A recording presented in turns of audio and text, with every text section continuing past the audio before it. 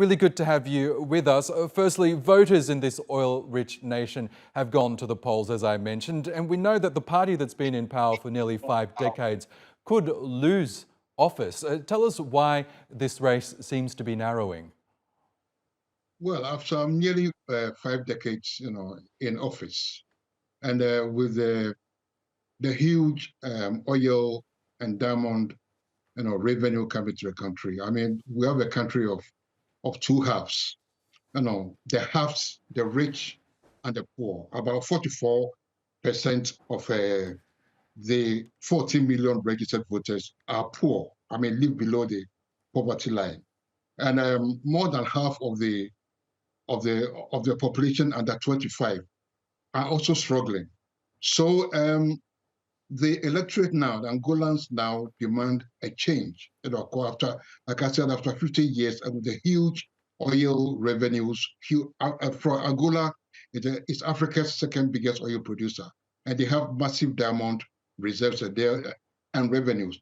But the average Angolan is not seeing any benefits. I mean, the riches are not trickling down average Angolan. So they are demanding a change. That's right. And as you say, despite the vast mineral wealth that Angola possesses, really it's only enriched those at the top. It's a reason why the previous administration under Dos Santos was ousted. So what is the opposition promising to deliver then?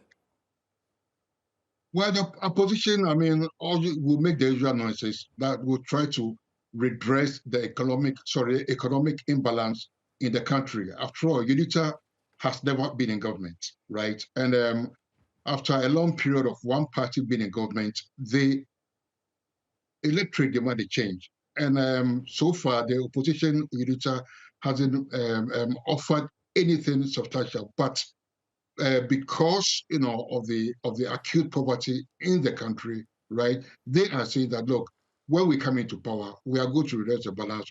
We are going to ensure an equitable distribution of the nation's wealth.